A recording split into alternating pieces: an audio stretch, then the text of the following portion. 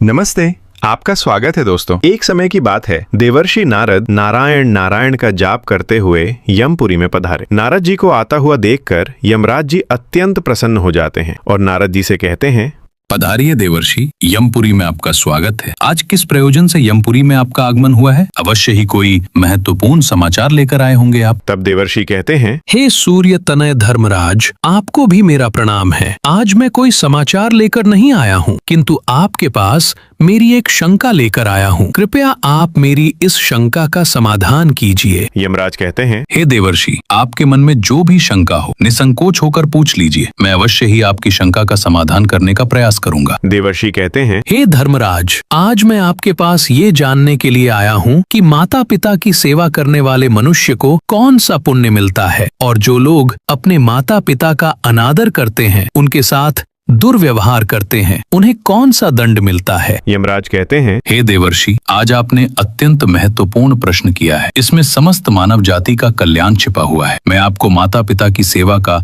महत्व सुनाता हूँ। इसे आप ध्यान से सुनिए। उसके पश्चात मैं आपको एक प्राचीन कथा सुनाऊंगा, जिसे सुनकर आपकी सारी शंकाएं दूर हो जाएंगी। हे देवर्षि, पिता धर्म है, पिता स्वर्ग है और पिता ही सर्वोत्कृष्ट तपस्या है। पिता के प्रसन्न हो जाने पर संपूर्ण देवता प्रसन्न हो जाते हैं। जिस पुत्र की सेवा से माता पिता संतुष्ट रहते हैं, उस पुत्र को प्रतिदिन गंगा स्नान का पुण्य फल मिलता है। हे देवर्षि, माता सर्व तीर्थों के समान है और पिता संपूर्ण देवताओं का स्वरूप है। इसीलिए मनुष्य को सदैव ही माता पिता का पूजन करना चाहिए। जो पुत्र माता पिता की प्रदक्षिणा करता है, उसके द्वारा पृथ्वी की परिक्रमा पूर्ण हो जाती है। माता पिता को प्रणाम करते समय जिस मनुष्य के हाथ, घुटने और मस्तक पृथ्वी को स्पर्श करते हैं, वो अक्षय स्वर्ग को प्राप्त करता है। जब तक माता पिता के चरणों की धूल पुत्र के मस्तक और शरीर में लगती रहती है, तभी तक वो शुद्ध रहता है। उसके समस्त पाप नष्ट हो जाते हैं। जो पुत्र अपने माता पिता के चरणों का जल पीता है, उसके करोड़ों जन्मों के पाप नष्ट होते हैं। किंतु जो नीच पुरुष माता पिता की आज्ञा का उल्लंघन करता है, वो प्रलय के अंत तक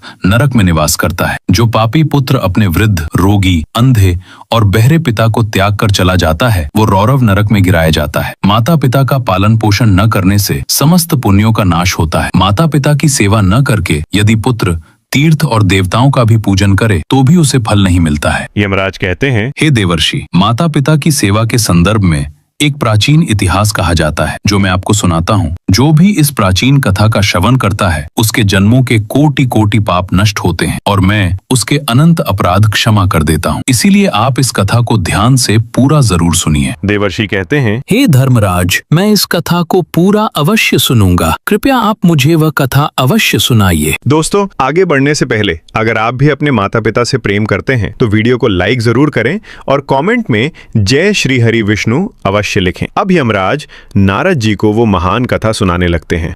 हे देवर्षि नारद, पूर्व काल की बात है। मध्य देश में एक अत्यंत शोभायमान नगरी थी। उस नगरी में नरोत्तम नाम से प्रसिद्ध एक ब्राह्मण रहता था। वो अपने माता पिता का अनादर करके उन्हें अकेला छोड़कर तीर्थ स्थान के लिए निकल पड़ता है। उस ब्राह्मण में चमत्कारिक ज्ञान और अद्भुत शक्ति थी। जब भी वो तीर्थों में स्नान करके बाहर निकलता तो उसके वस्त्र आकाश में ही सूखते थे। इस अद्भुत शक्ति पर उसके मन में बड़ा अहंकार हो गया था। वो समझने लगा था कि मेरे समान पुण्यात्मा और महायशस्वी दूसरा कोई नहीं है। फिर एक दिन वो स्नान करके ऊपर की ओर देखते हुए चल रहा था। उसके वस्त्र भी आकाश में सूख रहे थे। इतने में ही एक बगले ने उसके मुंह पर बीट कर दिया। इस बात से उस ब्राह्मण को बड़ा क्रोध आ गया और उसने उस बगले को भस्म होने का श्राप दे दिया। श्राप के प्रभाव से वो बगला मरकर जमीन पर आकर गिर पड़ा। उस बगले की मृत्यु होते ही उस नरोत्तम के भीतर महामोह ने प्रवेश कर लिया। उस ब्राह्मण को अपनी शक्ति पर बड़ा घमंड हो गया और फिर उसी पाप के कारण ब्राह्मण के वस्त्र जो आकाश में उड़ रहे थे,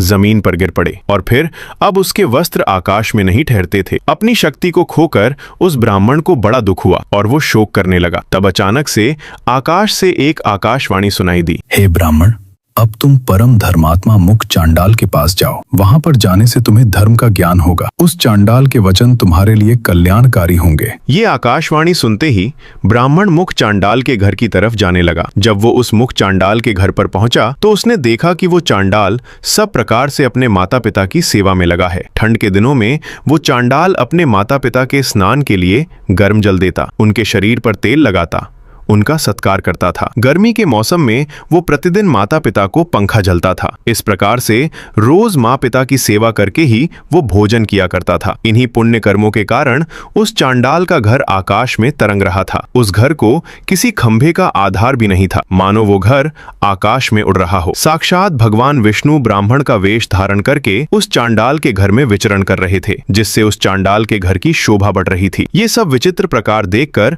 उस नरोत्तम ब्राह्मण को बड़ा विस्मय हुआ। उसने उस मुख चांडाल से कहा, हे चांडाल, तुम मेरे पास आओ। मैं तुम्हें कुछ धर्म की बात पूछना चाहता हूँ, जिसका तुम ठीक ठीक से उत्तर दो। फिर वो मुख चांडाल बोला, हे विप्र, इस समय मैं अपने माता पिता की सेवा कर रहा हूँ। उन्हें छोड़कर मैं आपके पास नहीं आ सकता। मेरे लिए मेरे माता पिता से बढ़कर कोई और नहीं है। माता पिता ही मेरे भगवान हैं। यदि मैं उनकी सेवा करना छोड़कर चला जाऊं तो मुझे महापाप लगेगा। इसीलिए मेरे माता पिता की सेवा करने के बाद ही मैं आपसे मिल सकता हूँ। इसीलिए आप थोड़ी देर तक द्वार पर ठहरिए, मैं आपका अतिथि सत्कार करूंगा। उस मुख चांडाल के इतना कहते ही नरोत्तम ब्राह्मण आग बबूला हो गया और बोला, हे चांडाल, मुझ ब्राह्मण की सेवा करना छोड़कर दूसरा कौन सा कार्य बड़ा हो सकता है? फिर वो मुख चांडाल बोला, हे ब्राह्मण देवता, क्यों गुस्सा कर रहे हो? मैं वो बगला नहीं हूँ जिसे आपने श्राप देकर भस्म कर डाला। बगले पर आपका श्राप प्रभाव डाल सकता है, किंतु मुझ पर नहीं। अब आपकी धोती न तो आकाश में सूखती है और न ठहर पाती है। इसीलिए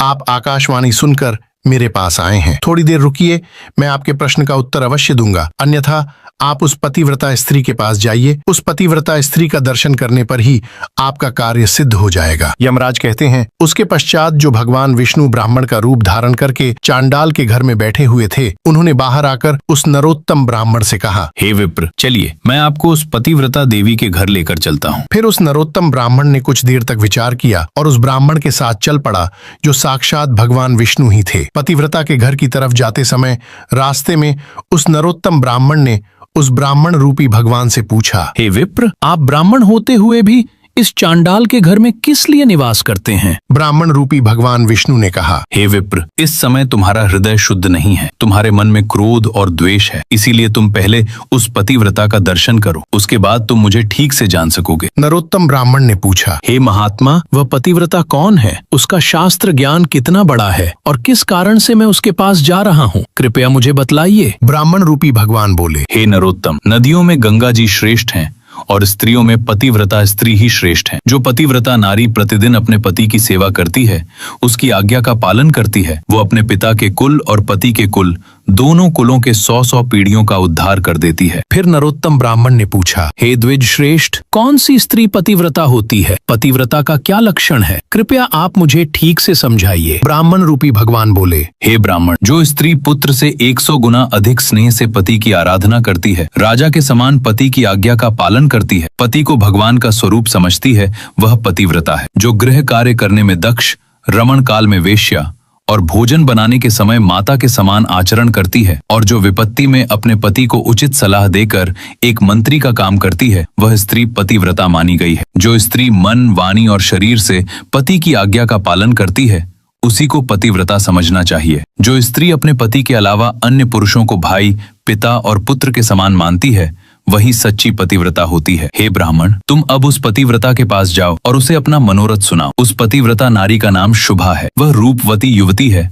और उसके हृदय में दया और करुणा है। वह बड़ी यशस्विनी है। उसके पास जाकर तुम अपने हित की बात पूछो। इतना कहकर ब्राह्मण रूपी भगवान विष्णु उस स्थान से अंतर ध्यान हो गए। ये देखकर उस ब्राह्मण को बड़ा आश्चर्य हुआ। फिर उस नरोत्तम ब्राह्मण ने उस पतिव्रता के घर जाकर उसे उसके बारे में पूछा। द्वार पर आए उस ब्राह्मण अतिथि को देखकर वह पतिव्रता तुरंत ही घर से निकली और द्वार पर खड़े उस ब्राह्मण के सामने आकर खड़ी हो गई। जब नरोत्तम ब्राह्मण ने उस पतिव्रता को देखा तो उसने प्रसन्नता पूर्वक कहा, हे देवी, तुमने जिस प्रकार से जीवन में अनुभव लिया और सीखा है, उसी के अनुसार सोचकर मुझे कोई धर्म की बात बताओ। फिर वह पतिव्रता बोली, हे ब्राह्मण देवता, इस समय पर मुझे मेरे पतिदेव की पूजा करनी है। अभी मेरे पास समय नहीं है, इसीलिए आपका कार्य मैं बाद में करूंगी। इस समय आप मेरा आतिथ्य स्वीकार कीजिए। इस पर वह नरोत्तम ब्राह्मण बहुत क्रोधित हो उठा और बोला, हे कल्याणी, इस समय पर मैं भूख और प्यास से तड़प रहा हूँ और मैं बहुत थका हुआ हूँ। इसीलिए तुम अब भी मेरा कार्य करो, अन्यथा मैं तुम्हें शाप दे दूंगा। तब उस पतिव्रता शुभा ने कहा, हे ब्राह्मण, मैं वह बगला नहीं हूँ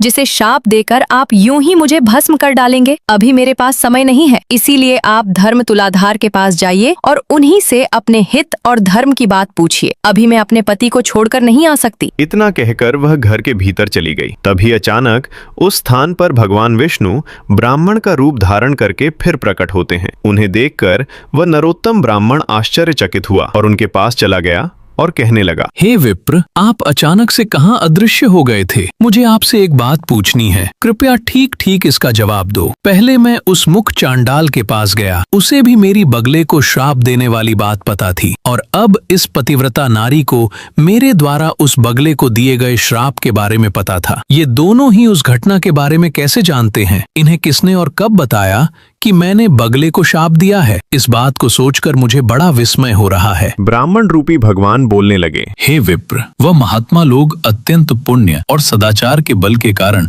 सब कुछ जान लेते हैं। हे ब्राह्मण, अब तुम मुझे बताओ, उस पतिव्रता ने तुमसे क्या कहा? ब्राह्मण ने कहा, हे विप्र, उस पतिव्रता ने मुझे धर्म तुलाधार के पास जाने का उपदेश दिया है। अब ये तुलाधार कहाँ पर रहता है? फिर ब्राह्मण रूपी भगवान विष्णु बोलने लगे, हे ब्राह्मण, चलो मैं तुम्हें धर्म तुलाधार के पास लेकर चलता हूँ। इतना कहकर वे दोनों ही चलने लगे। उस नरोत्तम ब्राह्मण ने पूछा, हे विप्र, ये तुलाधार कहाँ रहता है? श्री भगवान ने कहा, जहाँ मनुष्यों की भीड़ एकत्रित होती है और नाना प्रकार के द्रव्यों की बिक्री होती है, उस बाजार में तुलाधार नाम का वैश्य द्रव्यों को बेचता है। उसने कभी मन, वाणी और अपने कर्मों द्वारा किसी का कभी बुरा नहीं किया है। वो जीवन में कभी असत्य नहीं बोला और ना ही कभी दुष्टता की है। वो सदैव ही दूसरे लोगों के अच्छे के लिए काम करता है। वो सभी प्राणियों में समान भाव रखता है। वो प्राण भी दांव पर लग जाए तो भी कभी झूठ नहीं बोलता है, इसीलिए उसे धर्म तुलाधार कहा जाता है। फिर वे दोनों ही उस धर्म तुलाधार के यहाँ पहुंच जाते हैं। नरोत्तम ब्राह्मण ने उस तुलाधार को देखा जो नाना प्रकार की वस्तुओं को बेच रहा था। वह अन्य लोगों से बिक्री की वस्तुओं के संबंध में बातें कर रहा था। बहुत से स्त्री और पुरुष चारों ओर से उसे घेर कर खड़े थे। उस नरोत्तम ब्राह्मण को वहां पर खड़ा हुआ देखकर उस तुलाधार ने मधुर वाणी में पूछा, हे ब्राह्मण, आज यहाँ पर आपका कैसे आगमन हुआ है? नरोत्तम ब्राह्मण ने कहा, हे तुलाधार, मुझे तुमसे धर्म का उपदेश सुनना है, इसीलिए धर्म का उपदेश सुनने के लिए मैं तुम्हारे पास आया हूँ। वह तुलाधार बोला, हे विप्र, जब तक मेरे पास ये लोग रहेंगे तब तक मैं निश्चिंत नहीं हो सकूंगा। इसीलिए अब आपसे बात करने के लिए मेरे पास समय नहीं है। आपसे मेरा यही अनुरोध है कि आप अब अद्रक के पास जाइए।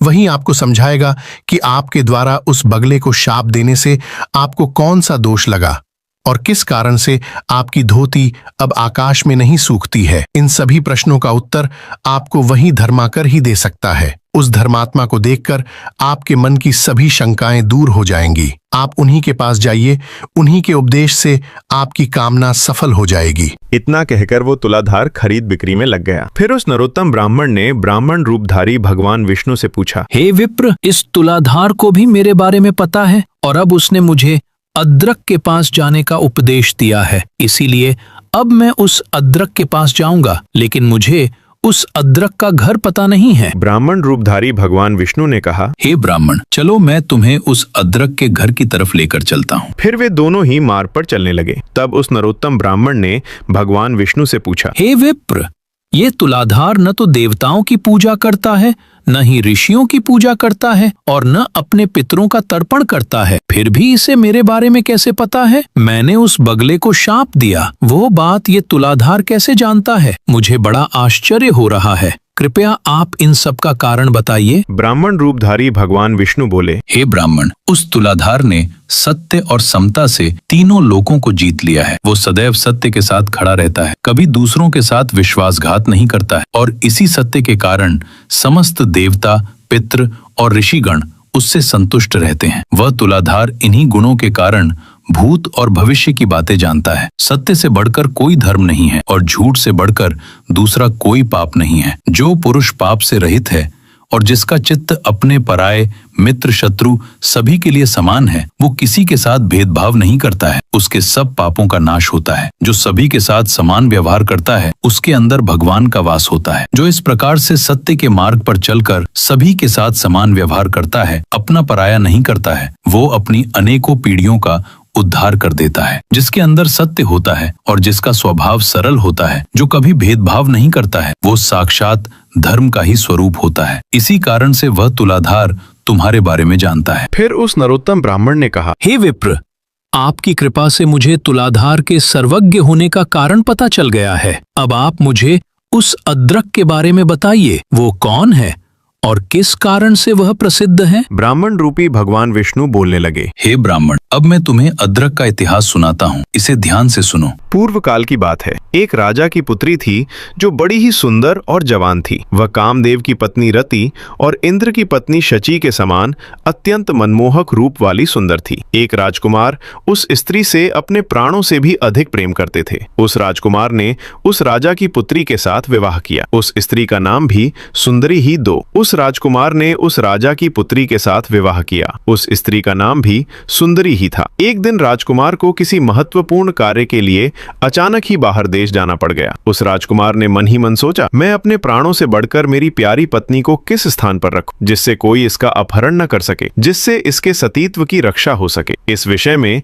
उस राजकुमार ने बहुत देर तक विचार किया और उसने सोचा कि केवल धर्मात्मा अद्रक ही मेरी पत्नी के सतीत्व की रक्षा कर सकते हैं। इसीलिए वह राजकुमार अपनी रूपवान पत्नी को लेकर उस अद्रक के घर पर गए और उन्होंने अद्रक के सामने उसकी पत्नी की रक्षा करने का प्रस्ताव रखा। राजकुमार की बात सुनकर अद्रक को बड़ा आश्चर्य हुआ। वह बोलने लगा, हे राजकुमार, न तो मैं आपका पिता हूँ, न भाई हूँ, न बांधव हूँ और न आपकी पत्नी के माता पिता के कुल का हूँ। फिर आप अपनी पत्नी को मेरे घर पर क्यों रखना चाहते हैं? अपनी पत्नी को मेरे घर पर रखकर आप किस प्रकार से निश्चिंत हो सकेंगे? फिर राजकुमार बोलने लगा, हे महात्मा, मैं जानता हूं कि आपके समान धर्मात्मा और जितेंद्रिय पुरुष इस संसार में दूसरा कोई नहीं है। ये सुनकर अद्रक ने उस राजकुमार से कहा, हे राजकुमार, कृपया मुझे दोष मत देना। इस पृथ्वी लोक पर इस अप्सरा के समान आपकी पत्नी की रक्षा करने में कोई भी पुरुष कैसे समर्थ हो सकता है? हर कोई इसका उपभोग करना चाहेगा। फिर राजकुमार ने कहा, हे महात्मा,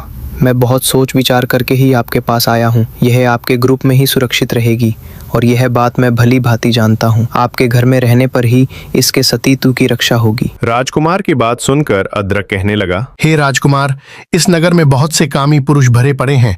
यहाँ पर किसी सुंदरी स्त्री के सतीत्व की रक्षा कैसे हो सकती है? वह राजकुमार पुनः बोला, हे महात्मा, जैसे भी हो, मेरी पत्नी आपके ही पास सुरक्षित रहेगी। आप इसकी रक्षा कीजिए।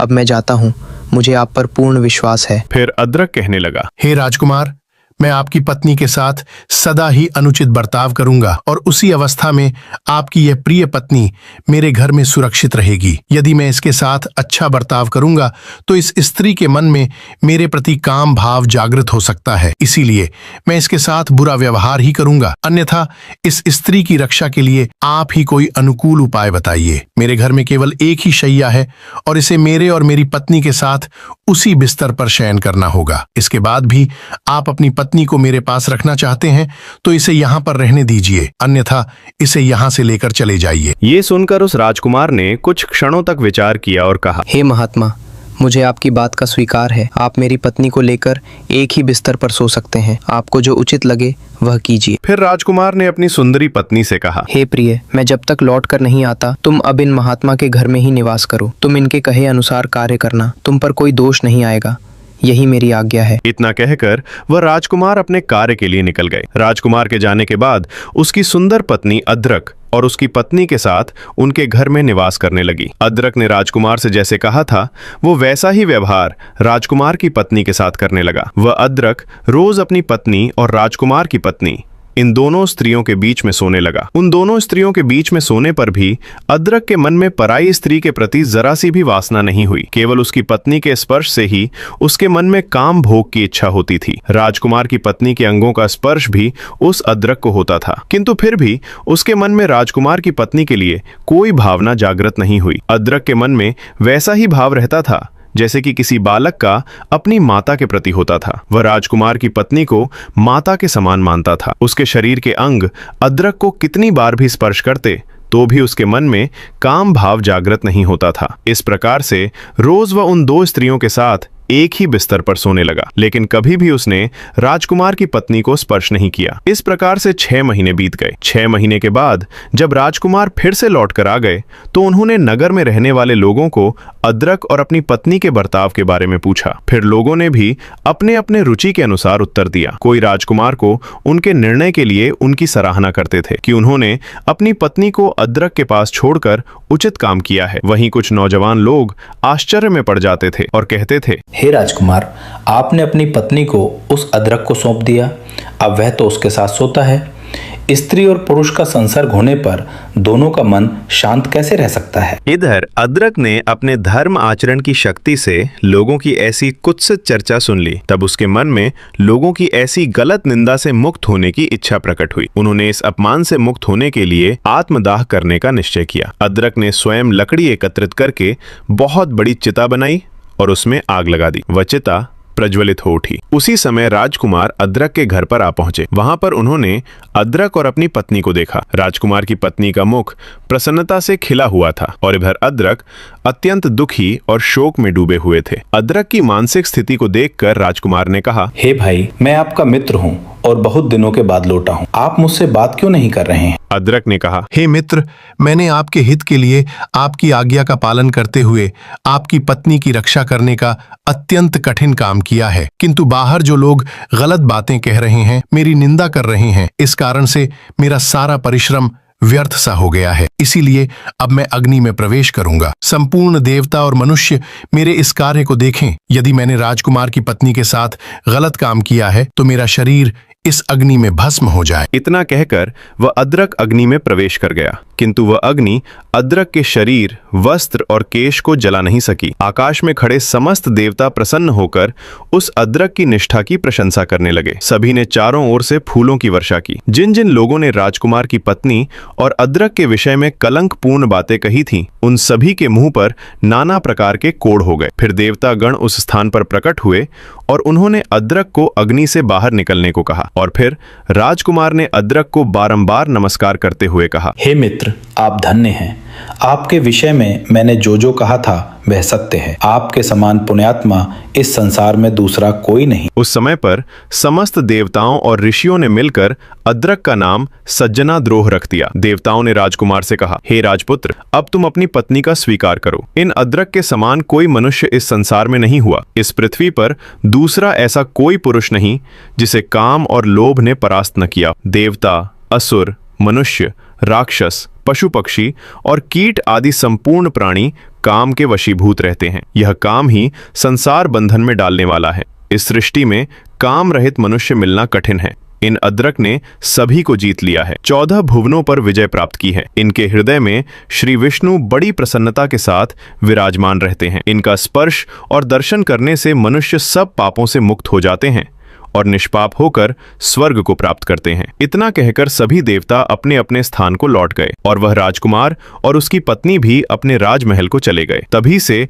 उस अदरक को दिव्य दृष्टि प्राप्त हो गई और वे देवताओं को भी देख सकते हैं तथा तीनों लोकों की बातें अनायास ही जान लेते हैं। इतना कहकर ब्राह्मण रूपी भगवान विष्णु उस नरोत्तम ब्राह्मण को लेकर अदरक के घर के पास लेकर गए। उस नरोत्तम ने अदरक के दर्शन किए और उन्हें प्रणाम करके उनसे कहा, हे महात्मा, मैं बड़ी दूर से आपके दर्शन करने के लिए आया हूँ। कृपा करके आप मुझे धर्म का उपदेश दीजिए। फिर अदरक ने उस नरोत्तम ब्राह्मण को धर्म का उपदेश दिया और कहा, हे ब्राह्मण, अब आप पुरुषों में श्रेष्ठ वैष्णव के पास जाइए। उनके दर्शन करने मात्र से ही आपका मनोरथ सफल हो जाएगा। आपके शाप के द्वारा बगले की मृत्यु तथा आपके वस्त्र अब आकाश में नहीं सूखते हैं। इन दोनों का कारण आपको पता चल जाएगा। इनके अलावा आपके मन में जो जो कामनाएं हैं वो भी पूर्ण हो जाएंगी। इस प्रकार से अदरक के द्वारा वचन सुनकर वह नरोत्तम ब्राह्मण रूपधारी भगवान विष्णु के साथ प्रसन्नता पूर्वक निकल पड़ा और फिर वह उस वैष्णव के घर पर पहुंच गया। वहां पहुंचने के बाद उसने सामने खड़े हुए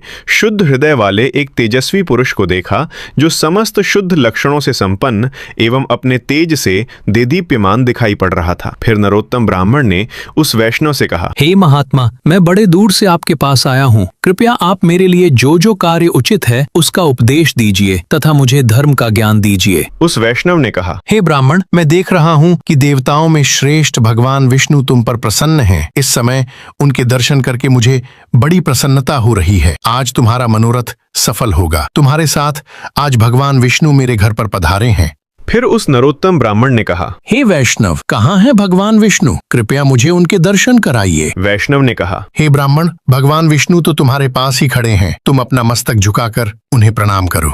फिर जब उस नरोत्तम ब्राह्मण ने अपनी मन की आंखें खोलकर शुद्ध भाव से देखा तो साक्षात भगवान विष्णु उसके सामने खड़े थे। तब उस ब्राह्मण ने अपने हाथ जोड़कर भगवान विष्णु को प्रणाम किया और कहने लगा, हे देवेश्वर, अब मुझ पर प्रसन्न होइए। आप इतने समय तक मेरे साथ ही चल रहे थे, मुझे मार्ग दिखा रहे थे, किंतु मैंने आपको नहीं पहचाना। हे प्रभु, अब मेरे मन में किसी चीज को पाने की अभिलाषा नहीं है। अब इस लोक और परलोक में मैं आपका किंकर बना रहूंगा। भगवान विष्णु बोले, हे ब्राह्मण, तुम्हारे ऊपर मेरा प्रेम सदा ही बना रहता है। मैंने स्नेहवशी तुम्हें पुण्यात्माओं का दर्शन कराया है। पुण्यवान महात्माओं के एक बार भी दर्शन, स्पर्श, ध्यान एवं नाम उच्चारण करने से तथा उनके साथ बात करने से मनुष्य को स्वर्ग का सुख प्राप्त होता है। महापुरुषों का नित्य संग करने से सब पापों का नाश हो जाता है तथा मनुष्य अनंत सुख भोग कर मेरे स्वरूप में लीन हो जाता है। हे ब्राह्मण, तुम मेरे भक्त हो और तीर्थ स्वरूप हो, किंतु तुमने बगले की मृत्यु के लिए जो श्राप दिया था उसके दोष से छुटकारा दिलाने के लिए मैंने ही आकाशवाणी के द्वारा तुम्हें कहा कि तुम मुख चांडाल के पास जाओ। उस मुख चांडाल के दर्शन करके तुमने देखा ही था कि वह किस प्रकार से अपने माता पिता का पूजन करता था। उन सभी महात्माओं के दर्शन करके आज तुम मेरे मंदिर में आए हो। करोड़ों जन्मों के बाद जिस मनुष्य के पापों का नाश होता है वही मनुष्य मेरा दर्शन कर पाता है, जिससे उसे मोक्ष की प्राप्ति होती है। हे वत्स, मेरी ही इच्छा से आज तुमको मेरा दर्शन हुआ है, इसीलिए तुम्हारे मन में जो इच्छा हो उसके अनुसार मुझसे वरदान मांग लो। वह नरोत्तम ब्राह्मण बोला, हे प्रभु, मेरा मन सदैव ही आपके ही ध्यान में लगा रहता है। संपूर्ण लोकों के स्वामी आप ही हैं। आपके सिवा कोई भी दूसरी वस्तु मुझे प्रिय नहीं है। भगवान विष्णु ने कहा, हे निष्पाप ब्राह्मण, तुम्हारी बुद्धि में सदैव ही ऐसे उत्तम विचार आते हैं, इसीलिए तुम मेरे धाम में आकर दिव्य भोगों का उपभोग करोगे, किंतु तुम्हारे माता पिता तुमसे आदर नहीं पा रहे हैं। इसीलिए तुम जाकर पहले अपने माता पिता की पूजा करो, उसके बाद ही तुम्हें वैकुंठ में स्थान प्राप्त हो सकता है। उनके दुखपूर्वक जीवन और क्रोध से तुम्हारी तपस्या प्रतिदिन नष्ट हो रही है। जिस पुत्र के ऊपर सदा ही माता पिता का कोप रहता है उसे नरक में पड़ने से कोई भी नहीं रोक सकता। इसीलिए तुम माता पिता के पास जाओ और यत्न पूर्वक उनकी सेवा करो, उनकी पूजा करो, तभी तुम्हें मोक्ष प्राप्त होगा। भगवान विष्णु के द्वारा इस प्रकार से कहने पर वह नरोत्तम ब्राह्मण कहने लगा, हे प्रभु, यदि आप मुझ पर प्रसन्न हैं तो मुझे अपने स्वरूप का दर्शन कराइए। तब भगवान विष्णु ने कहा, तथास्तु। और फिर उन्होंने अपने शंख, चक्र, गदा और पद्म धारण किए हुए स्वरूप का दर्शन नरोत्तम को करा दिया। फिर ब्राह्मण भगवान विष्णु के अप्रतिम और अत्यंत सुंदर रूप को देखकर उन्हें बारंबार प्रणाम करने लगा और कहने लगा, हे जगदीश्वर, आज मेरा जन्म सफल हुआ। आज मेरे नेत्र कल्याणमयी मनोरथ सफल हुए, किंतु हे प्रभु, मेरे मन में केवल एक शंका है, कृपया आप उसका समाधान कीजिए। हे प्रभु, उस मुख चांडाल पतिव्रता स्त्री अद्रक आदि के विषय में सोचकर मुझे बड़ा विस्मय हो रहा है। भला वे लोग दूर रहकर भी मेरे बारे में कैसे जानते थे? उन्हें कैसे पता चला कि मैंने उस बगले को श्राप दिया है तथा मेरे वस्त्र अब आकाश में नहीं सूखते हैं? इन सब बातों का यथार्थ क्या है? कृपया मुझ पर अनुग्रह करके बताइए। तब भगवान विष्णु ने कहा, हे वत्स, वह मुख चांडाल सदा अपने माता पिता में भक्ति रखता था। वह शुभा पतिव्रता नारी थी। वह तुलाधार सत्यवाती था और सभी लोगों के प्रति समान भाव रखता था। द्रोह ने लोभ और काम पर विजय पाई है और यह वैष्णव मेरा अनन्य भक्त है। इन्हीं सद्गुणों के कारण मैं प्रसन्न होकर इन सभी के घर में निवास करता हूँ। मेरे साथ सरस्वती और लक्ष्मी भी इनके यहाँ मौजूद रहती हैं। वह मुख चांडाल सभी का कल्याण करने वाला है, इसीलिए देवता उसे ब्राह्मण मानते हैं। पुण्य कर्म द्वारा मुख चांडाल की समानता करने वाला संसार में दूसरा कोई नहीं है। वह सदा माता पिता की भक्ति में संलग्न रहता है। उसने अपने माता पिता की भक्ति करके तीनों लोगों को जीत लिया है। उसकी माता पिता के प्रति भक्ति देखकर मैं बहुत संतुष्ट रहता हूँ। इसीलिए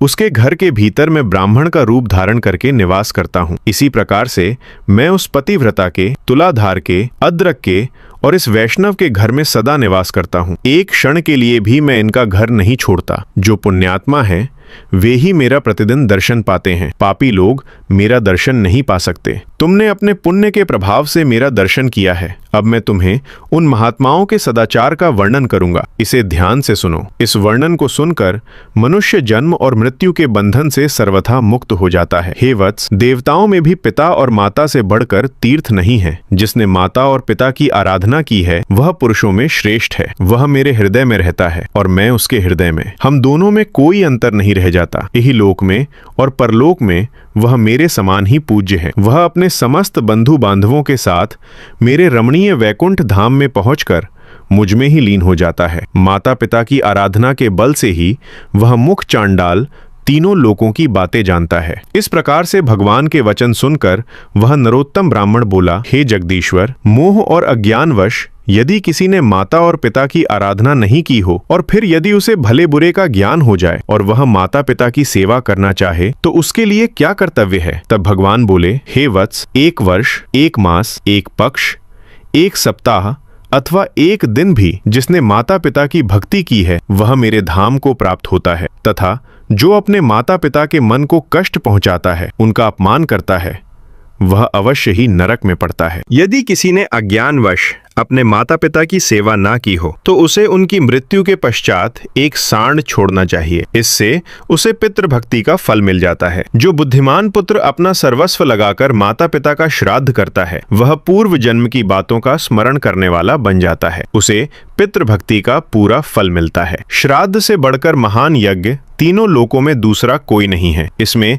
जो कुछ भी दान दिया जाता है वह सब अक्षय होता है। दूसरों को जो दान दिया जाता है उसका फल 10,000 गुना होता है। फिर वह नरोत्तम ब्राह्मण कहने लगा, हे प्रभु, आपने पिता के लिए किए जाने वाले श्राद्ध के बारे में बताया। कृपया अब मुझे बताइए कि पुत्र को पिता के जीते जी क्या करना चाहिए? कौन सा कर्म करके बुद्धिमान पुत्र को परम कल्याण की प्राप्ति हो सकती है? भगवान विष्णु बोले, हे वत्स, पिता को देवता के समान समझकर उनकी पूजा करनी चाहिए और पुत्र की भांति उन पर स्नेह रखना चाहिए। कभी मन से भी उनकी आज्ञा का उल्लंघन नहीं करना चाहिए। जो पुत्र रोगी पिता की सेवा करता है उसे अक्षय स्वर्ग की प्राप्ति होती है। पिता जब मरणासन्न होकर मृत्यु के लक्षण देख रहे हों उस समय भी उनका पूजन करके पुत्र देवताओं के समान हो जाता है। पिता की सद्गति के लिए विधि पूर्वक उपवास करने से जो भी लाभ होता है वह 1000 अश्वमेध और 100 राजसूय यज्ञ करने के बराबर होता है। यमराज जी नारद जी से कहते हैं, हे देवर्षि, अब मैंने आपको माता पिता की सेवा के विषय में संपूर्ण ज्ञान दिया है। देवर्षि कहते हैं, हे धर्मराज, आज आपने मुझे माता पिता के संबंध में उत्तम ज्ञान दिया है। इसके लिए मैं आपका आभारी हूँ। अब मैं इस ज्ञान का प्रचार तीनों लोकों में करूंगा। तो दोस्तों, उम्मीद है आपको ये जानकारी अच्छी लगी होगी। वीडियो को लाइक जरूर करें और कमेंट में जय श्री हरि विष्णु अवश्य लिखें। साथ ही चैनल को सब्सक्राइब करें। आप सभी का धन्यवाद।